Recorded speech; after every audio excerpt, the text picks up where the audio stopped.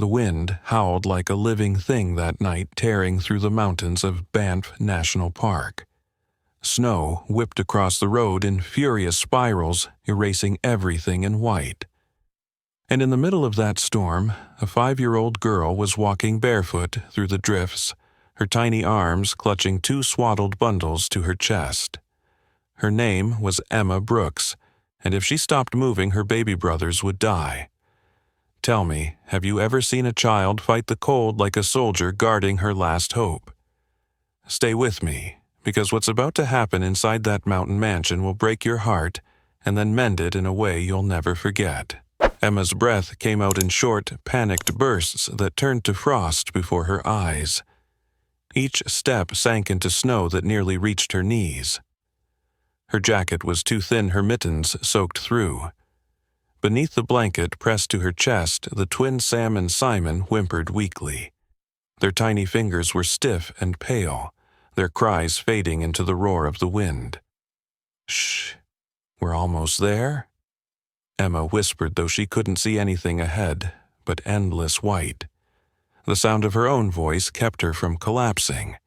She was 5 years old, but tonight she was the only adult left in her family.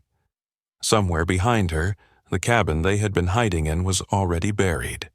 Her mother had said she'd come back soon, just needed to find help, but she never did. The last thing her mother had said was, "If something happens, find your Uncle Alex. He'll keep you safe." So Emma walked north toward the faint memory of a big house her mother had once described as the glass palace on the hill. She didn't know where that was exactly, only that if she stopped, her brother's breathing would stop too. The wind grew wilder, clawing at her face like knives. Snowflakes stung her eyes, but ahead she saw a flicker of gold, a light faint but real. Her small heart hammered. Maybe it was the house. Maybe it was warmth. She stumbled forward and half running, half crawling through the storm. Her foot caught on a frozen branch. She fell, twisting to shield the babies from the impact. Pain shot through her knee, but she didn't cry.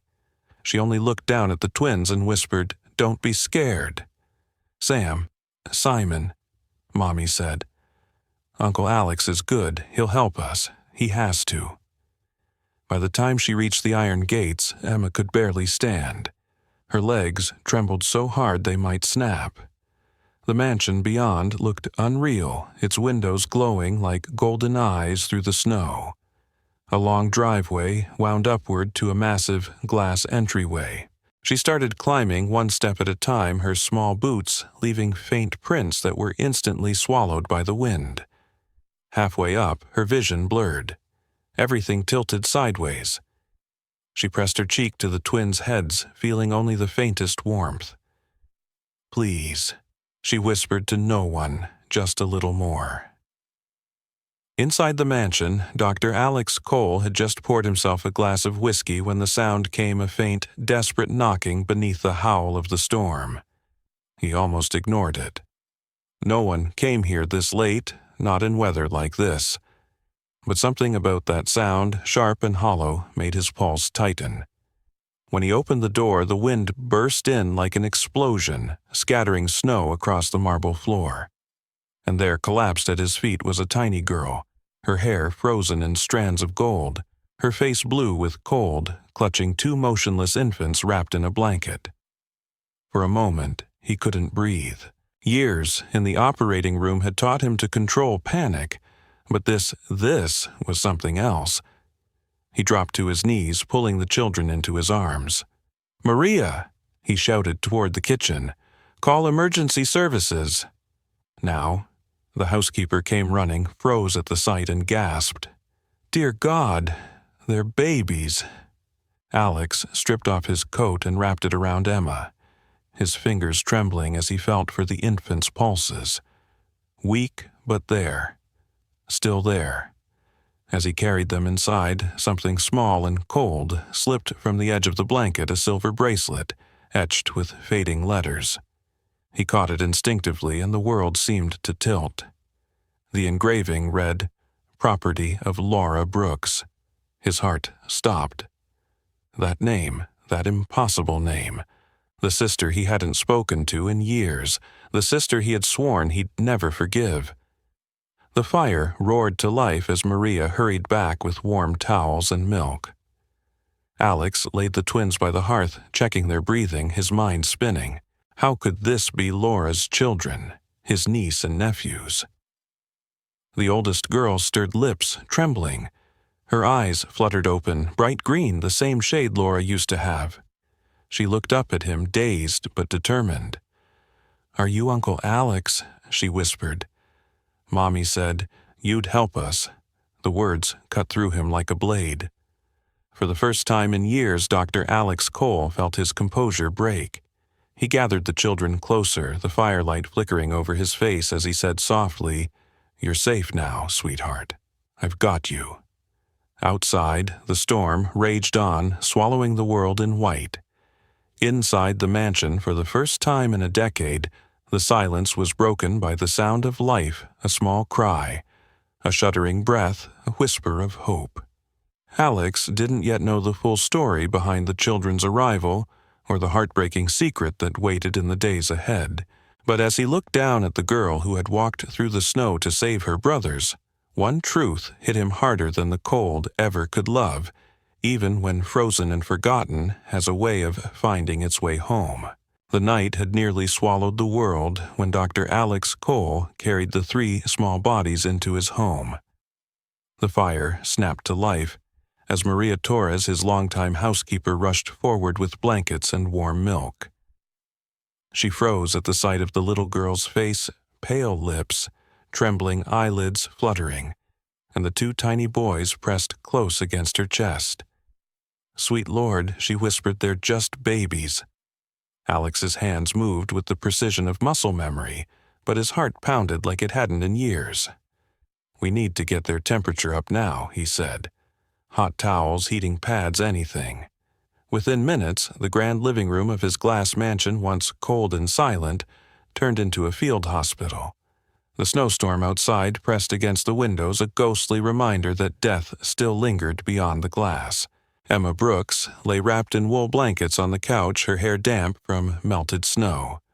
Her tiny fingers still curled around the edge of the blanket where her brothers lay. The twins' skin was pale, their breathing shallow. Alex worked in silence, warming milk on the stove while Maria rubbed the baby's hands and feet. It had been years since he'd practiced medicine, but instinct overruled hesitation. He inserted a small thermometer under one infant's arm, then another. 73 degrees, he muttered. "They're hypothermic, but alive." Maria handed him another towel. He rubbed the baby's arms until faint cries filled the air. Those cries, thin, desperate, alive, broke something inside him. He felt an ache he hadn't allowed himself to feel since his wife's funeral a decade ago. When Emma stirred, her voice was so soft he almost missed it. "My brothers, are they okay?" Her eyes, green and luminous, even in the firelight, searched his face for truth. "They're safe now," Alex said, kneeling beside her. "You're safe too." Her small hand gripped his wrist. "Mommy said you'd help us." He froze, his pulse stuttering. "What did you say?" Mommy said. She whispered again, her words halting. "Uncle Alex will help us. She told me to find you." For a long moment he couldn't breathe. Uncle Alex? The name struck like thunder in his chest. He looked down at the little girl's face, saw the faint curve of a smile that was achingly familiar. His sister Laura had the same smile when they were young, the same stubborn jaw, the same warmth in her eyes before life hardened both of them. "Maria," he said quietly, "get me the blanket." She lifted it gently from the floor, and something small slipped out, a silver bracelet, dull from wear, engraved with words that made Alex's vision blur. "Property of Laura Brooks." The sound of the storm outside seemed to fade. He turned the bracelet over in his hand, tracing each letter with his thumb. Laura, the sister he had once loved fiercely, and then lost to pride and anger, the one he had sworn never to see again, after she walked away with a man he couldn't stand. He had told himself he was done with family. And yet here it was, family literally dropped at his doorstep by fate and snow. Maria's eyes welled. Is it? Her Alex nodded slowly, his throat tight. It has to be. The firelight flickered against the glass walls, and for the first time in years, the house felt human again, alive, imperfect, trembling with emotion. Alex sat near the couch watching the children sleep. Every few minutes he reached out to touch the twins' hands, checking for warmth, listening for the rhythm of their breathing. Emma, curled beneath a thick blanket, slept with her hand still holding his sleeve, as if afraid he'd vanish if she let go. He stayed like that until dawn, staring into the fire, the weight of guilt settling deeper into his chest. How long had Laura been out there? Why hadn't she called? What kind of brother had he become, one so buried in his own success that he didn't notice when his only sister disappeared? When the first light of morning slipped through the tall windows, the storm had passed. The mountains stood calm under a sky washed clean. Emma awoke to the scent of warm pancakes and coffee. She blinked, disoriented by the vastness of the room and the sound of crackling wood. Maria smiled softly from the kitchen. "Morning, sweetheart. You hungry?" Emma nodded timidly. "My brothers. Sleeping like angels," Maria said, gesturing toward the couch where Sam and Simon lay bundled together, cheeks pink with new warmth. Alex approached slowly, a plate in one hand, a mug in the other. He set the plate before her pancakes, cut into small pieces, syrup on the side. "Eat," he said gently. "You've earned it." Emma looked around the grand space glass walls, white marble floors, a piano in the corner, and frowned. "It's too big," she whispered. "Too quiet." He glanced around, realizing she was right. The place had been a museum of solitude for too long. It was quiet, he said, but not anymore. After breakfast, Emma followed him to the window. The mountains stretched endlessly, sunlight spilling across the snow. "It's pretty," she said, pressing her hand against the glass. "Mommy said you liked the snow. She said you lived in a house made of light." Alex's breath caught. She said that Emma nodded. She said you were mad at her. But she also said you'd forgive her one day. The words hit harder than any storm. He turned away, jaw-tight, eyes burning. Forgiveness. That was the word he had buried with his past. But looking at Emma, the courage in her small frame, the fire in her eyes, he wondered if forgiveness had just walked through his front door disguised as a child. Later that morning, as Maria bathed the twins, Alex sat by the fire again, turning the silver bracelet in his hands. The inscription shimmered faintly in the light. He whispered to himself, "Laura, what happened to you?" The question echoed through the room like a prayer. Outside, the world was still, the air clear after the storm. Inside, for the first time in a decade, the billionaire who had thought he needed nothing realized he was missing everything that mattered. He didn't know it yet, but the moment Emma Brooks crossed his threshold, his life had changed forever. The mansion that once stood as a monument to his success had just become the starting point of redemption, and the beginning of a story far colder and far more beautiful than the storm that brought her there. Sunlight spilled through the glass walls of the Cole mansion, soft and golden after the long storm.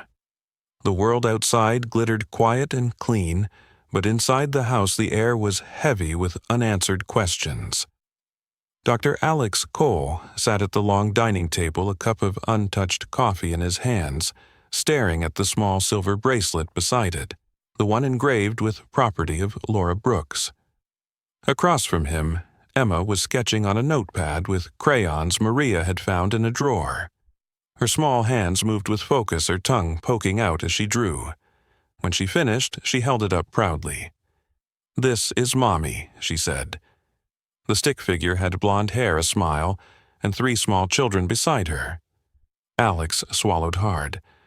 "That's beautiful," he said, quietly. She was pretty, Emma added matter-of-factly. She used to sing when she brushed my hair. She tilted her head. Do you know where she is? The question hit him like a blow. He forced a smile that didn't reach his eyes. I'm trying to find her, sweetheart. He had already spent the morning calling hospitals in Vancouver, Seattle, and Calgary. No one had admitted a woman named Laura Brooks. Each, I'm sorry, sir, cut deeper than the one before. Maria brought over fresh coffee and a sandwich for Emma, murmuring to Alex as she set the tray down, You'll find her. I can feel it. But Alex wasn't sure.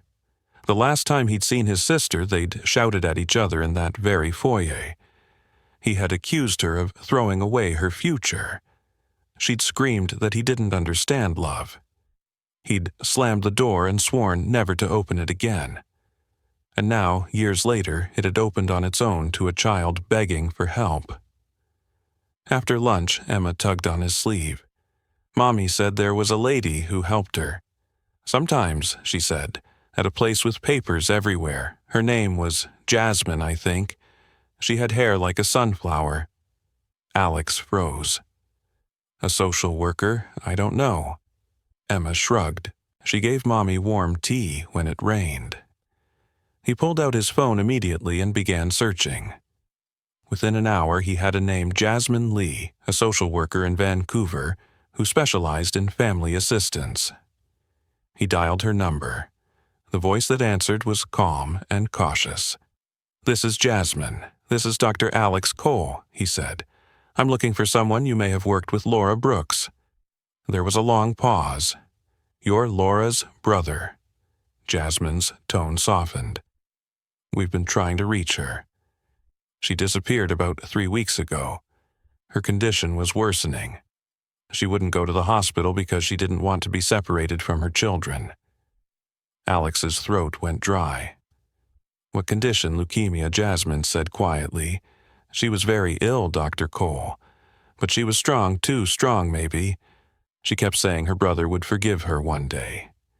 He leaned back in his chair, eyes closing. Guilt settled over him like a second skin. All the years of silence. All the letters he'd never written. Jasmine continued. We last saw her near a small boarding house on the east side of Seattle. She left before the rent expired. I can give you the address, please do, Alex said. His voice was steady, but his hands were shaking. When he hung up, Emma was standing near the window, staring out at the snow. Uncle Alex, she asked softly, is Mommy sick? He knelt beside her, brushing a strand of hair from her face. She's been sick for a while, but we're going to find her, I promise. Emma nodded solemnly. Then we should hurry. She gets cold fast. That night, Alex couldn't sleep. He sat by the fireplace long after everyone else had gone to bed, the light flickering across his face. The bracelet lay on the table beside him, a tiny gleaming reminder of everything he'd lost and everything he had to fix. He thought about Laura as a child, racing him up the snowy hills, laughing so loud it echoed across the valley. She'd been fearless, tender-hearted. How had they drifted so far apart? At dawn, he loaded his SUV with blankets, diapers, and supplies for the twins. Maria insisted on coming, saying, You'll need someone to help with the babies. Emma climbed into the back seat, clutching her mother's drawing like it was a map. I remember something else, she said as they drove through the mountain pass. There's a cafe Mommy liked. It had blue walls and smelled like cinnamon. It's near the river. Alex glanced at her in the rearview mirror. A blue cafe by the river, he repeated, committing it to memory. Hours later, they crossed into Washington, the snow thinning as they neared Seattle. The city rose in the distance, a web of glass and steel shimmering under pale sunlight. They began asking questions, showing Laura's photo to people in small shops and shelters. Most shook their heads, but one elderly woman at a corner market pointed toward a riverside cafe. "You mean the Blue Cup," she said. "She used to come by, sweet woman, always asking if they were hiring." When they arrived, the cafe looked exactly as Emma had described it. Blue walls, the smell of cinnamon, and coffee in the air. Inside, a young barista recognized the photo immediately. "Yeah," she said softly. "She came here a few weeks ago. Looked real tired. Sat by the window watching the river. Said she was waiting for someone." Alex's voice barely came out. "Did she say who?" "She just said, 'My brother will come for me. He promised once.'" For a moment, he couldn't speak. He turned away, staring at the window seat where Laura had once sat. Outside, the river glinted under the afternoon sun. She had believed in him, even after all those years, even when he'd given her every reason not to. Back in the car, Emma leaned against him, sleepy but hopeful. "We'll find her soon," she murmured. "Mommy always said good people find their way back." He looked down at her, this brave little girl who had carried her brothers through a snowstorm, and felt something shift inside him.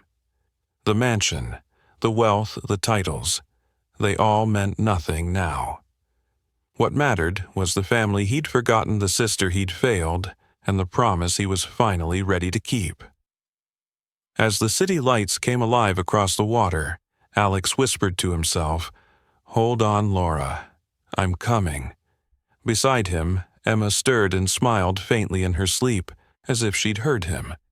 The twins' soft breathing filled the car, the rhythm of life that had returned to him out of the cold.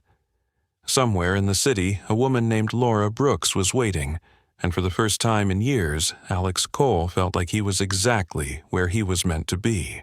The hospital hallways smelled faintly of antiseptic and rain. Alex's shoes squeaked against the floor as he hurried behind the nurse who led the way. He clutched his coat tightly, his heart pounding in his chest. Behind him, Emma held Maria's hand, her other hand wrapped around her mother's drawing. "Is Mommy here?" she whispered. Alex didn't trust his voice, so he only nodded. When they reached room 314, the nurse pushed the door open quietly. Inside, sunlight filtered through half-closed blinds, casting soft stripes across the white sheets. A frail woman lay there, her blonde hair thin, her skin pale. But when her eyes opened, those familiar green eyes that mirrored Emma's, Alex forgot to breathe. "Laura," he whispered. Her lips parted in disbelief. "Alex." For a moment, time collapsed, years of silence, pride, and regret melting into air. Emma dropped Maria's hand and ran forward, her small feet padding against the linoleum. "Mommy," she cried. Laura struggled to sit up, her trembling arms reaching for her daughter. Emma clung to her, burying her face in her mother's shoulder, as tears streamed down both their cheeks. "My baby," Laura murmured, her voice hoarse. "You found me." Alex stood frozen in the doorway, unable to move, unable to speak. When Laura looked up at him again, her gaze softened and her lips curved into a faint, knowing smile. "You came," she whispered. "You really came." He stepped forward at last, his throat tightening. "I should have come a long time ago." Laura's hand trembled as she reached for him. "We were so young, Alex. We said terrible things." "I said terrible things," he corrected. "You were right about love, and I was too proud to see it." She let out a weak laugh that turned into a cough. "Pride's a funny thing. Keeps you warm until it kills you." He pulled a chair close and sat beside her, taking her cold hand in his. "I'm sorry, Laura, for everything, for not being there when you needed me most." Her fingers squeezed his weakly. "You're here now. That's all that matters." For a while, no one spoke. The steady hum of machines filled the silence, mixed with the soft sounds of Emma humming to the twins in the corner who were bundled in warm blankets Maria had brought. The little family, broken, scattered, and then reunited, seemed to draw warmth from each other. Laura studied her brother quietly. "They look like you," Alex said softly, nodding toward the babies. "They have his eyes," she replied, her voice suddenly tight. Alex hesitated. Emma mentioned their father. Laura turned her gaze to the window where rain streaked down the glass. "David Allen," she said bitterly. "He was charming once, said all the right things, but when the money ran out, so did he. The night he hit me, that was the night I left." Alex's fists clenched. "He hit you." She nodded. "More than once. I didn't want to believe it. I thought I could fix him. But then Emma saw. And that was the last time." He rose from his chair, pacing the small space. "He's not going near you or the kids again. I'll make sure of that." "Alex," she said gently, "don't waste your anger on him. Just promise me you'll take care of them. All three." He stopped pacing. "Don't talk like that. You're going to beat this. We'll get the best doctors, Alex." Her voice, soft but firm, cut through his determination. "I know what's coming. I've made my peace with it." He shook his head, his voice breaking. "No, not again. I already lost you once. I can't do it twice." She smiled faintly, brushing a tear from his cheek. "Then, don't lose me. Keep me here." She gestured toward Emma and the twins in them. "In every story you tell, every birthday you show up for." He couldn't speak. He just held her hand tighter as if that alone could keep her anchored to the world. A soft knock interrupted them. A nurse peeked in. "Dr. Cole, there's a man asking to see Mrs. Brooks. Says he's her husband." Alex's blood ran cold. Laura's eyes widened. "No," she whispered. The door opened before Alex could answer, and David Allen stepped inside immaculate as ever. Tailored coat, polished shoes, and that same easy smile that once fooled everyone. "Laura," he said smoothly, "you look thinner." Alex was on his feet instantly. "Get out." David smirked. "Always the hero, huh, Dr. Funny? I didn't see you when she was starving in a motel." Laura's breathing quickened. "David, please just go." "Not without my kids," he said, his tone sharp now. "You took them. You ran. You think you can hide them here in your rich brother's fortress." Alex stepped closer, his voice low but dangerous. "You don't have any rights here." "Not anymore." David scoffed. "I'm their father. And I'm the man who will make sure you never hurt them again." Alex shot back. The tension crackled like electricity. Nurses gathered in the doorway, ready to intervene. Laura's voice broke through weak but steady. "David, look at them. Look at what you did to this family. You lost your right to call yourself their father the night you raised your hand against me." For once, David had no comeback. His mouth opened, then shut. He turned to leave, but not before muttering, "You'll regret this." The door closed behind him with a hollow sound. Alex exhaled shakily, his anger giving way to exhaustion. He turned back to Laura, who had slumped against the pillows, drained. "It's over," he said quietly. "You're safe now." She smiled faintly. "For now. But promise me, Alex, if something happens, promise me you'll keep them together. Don't let them grow up alone." He leaned forward, pressing his forehead to hers. "I promise. I swear it." Outside, the rain slowed to a drizzle. Inside, Emma climbed onto the bed beside her mother, holding one tiny twin in each arm. Laura looked at them, her eyes soft, her face peaceful for the first time in years. "See," Mommy Emma whispered. "We're all here. You don't have to be scared anymore." Laura's hand trembled as she brushed her daughter's cheek. "No, sweetheart," she said softly. "Not anymore." And for the first time since the storm, the Cole family sat together, not perfect, not whole, but finally home. Snow blanketed the valley once again, but this time it didn't feel like a threat. The storm that had nearly taken 3 lives had long passed, and the mansion that once stood as a monument to silence and regret now pulsed with laughter, light, and the sound of small feet on marble floors. It was the first winter since Laura Brooks had passed away peacefully in her sleep, holding Emma's hand, whispering that love was the only thing worth carrying through the cold. Dr. Alex Cole had kept that promise. He had buried his sister under a birch tree on the edge of his property, overlooking the frozen lake she used to love. Every morning, he brought a cup of coffee and talked to her like she was still there. Sometimes he swore he could hear her voice in the wind, teasing him for being sentimental. It had been 6 months since that day, and though the ache remained, the house had changed. Life had returned. Emma, now 6, ran through the halls, chasing her brothers Sam and Simon, who were crawling fast enough to make Maria laugh until she cried.